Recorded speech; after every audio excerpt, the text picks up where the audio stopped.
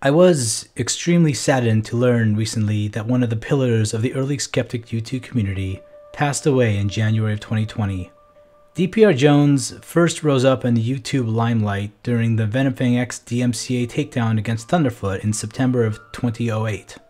As a lawyer in intellectual property law, he was instrumental in assisting Thunderfoot with resolving that situation. dprjones' advice and expertise can clearly be seen in Thunderfoot's later videos, and Jones was one of the primary authors of the legendary Venomfang X apology video. Inspired by these events, dprjones soon started making his own videos on a variety of secular topics. While he had some science education from his first degree in mechanical engineering, he lacked the expertise of creators such as Dawn Exodus 2, Andromeda's Wake, and Thunderfoot. But that was okay.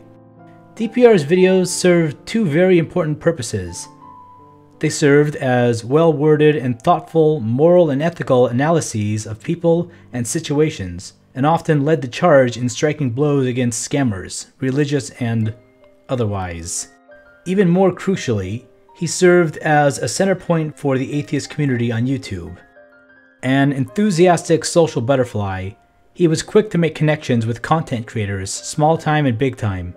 This allowed him to create a network of go-to people, and he would come to us through Skype for information or advice on almost any topic you can imagine, and allowed a lot of smaller channels, including my own, to gain a larger audience and contribute to his videos by him seeking out our expertise and creative inspirations. A born moderator and peacekeeper, he was instrumental in bringing together the panelists for the League of Reason show and then the Magic Sandwich show.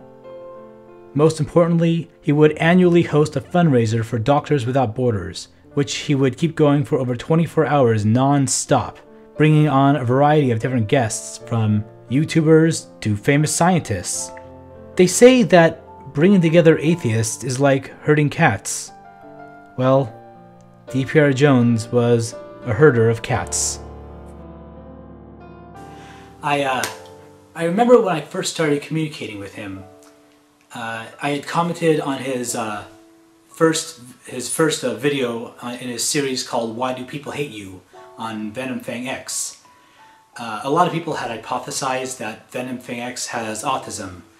I and other people who do have autism disagreed. People who don't understand autism very well tend to use it as a blanket diagnosis for anyone who behaves in an antisocial manner. dprjones reached out to me on YouTube's private messaging system, and later he added me on Skype.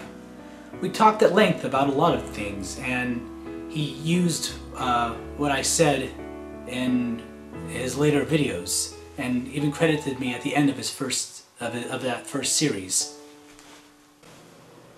DPR and I used to talk frequently. He had a very outgoing personality. He liked to get to know people, and he shared a lot about himself.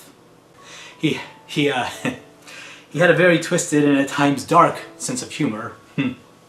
He's also very open and trusting about who he called a friend. I remember he was once having some trouble with his computer. He couldn't upload anything, so he actually gave me the password to his YouTube channel. Me, some guy on the other side of the planet he's never met before, so I could upload stuff for him.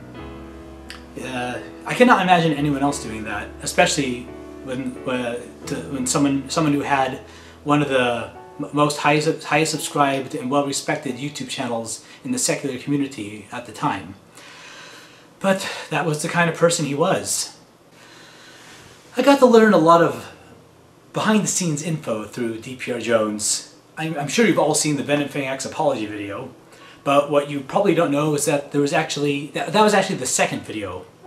In the first one, Venom, or PCS, recorded it in a very flippant tone. It was only audio, and he changed several parts.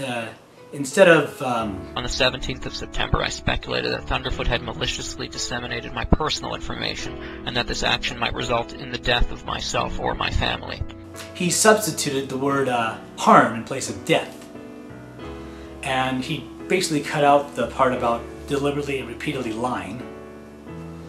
And then at the end he added this ostentatious rant, refusing to comply with Thunderfoot's demand that he give intellectual property rights to Thunderfoot over the recording he just made, because if PCS were to make a movie someday, then Thunderfoot could claim the rights to the income to that movie.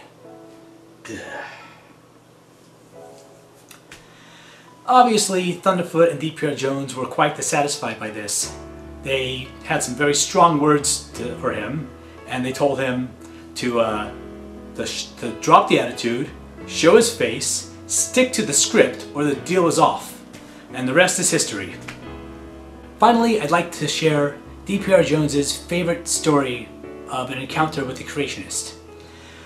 He was telling the man that if you calculated the amount of water that would be required to flood the earth enough to cover the top of Mount Everest, it is several orders of magnitude more water than there is present on the earth. And this is the creationist response. Yes, but you're not considering how much water humans have drank in the past 4,000 years. Because apparently pee isn't a thing.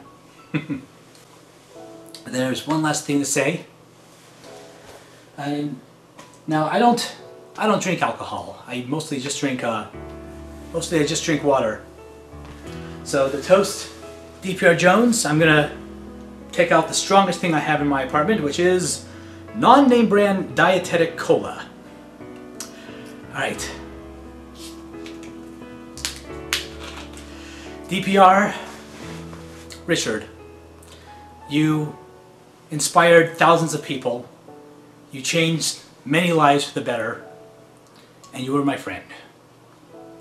I'm really gonna miss you.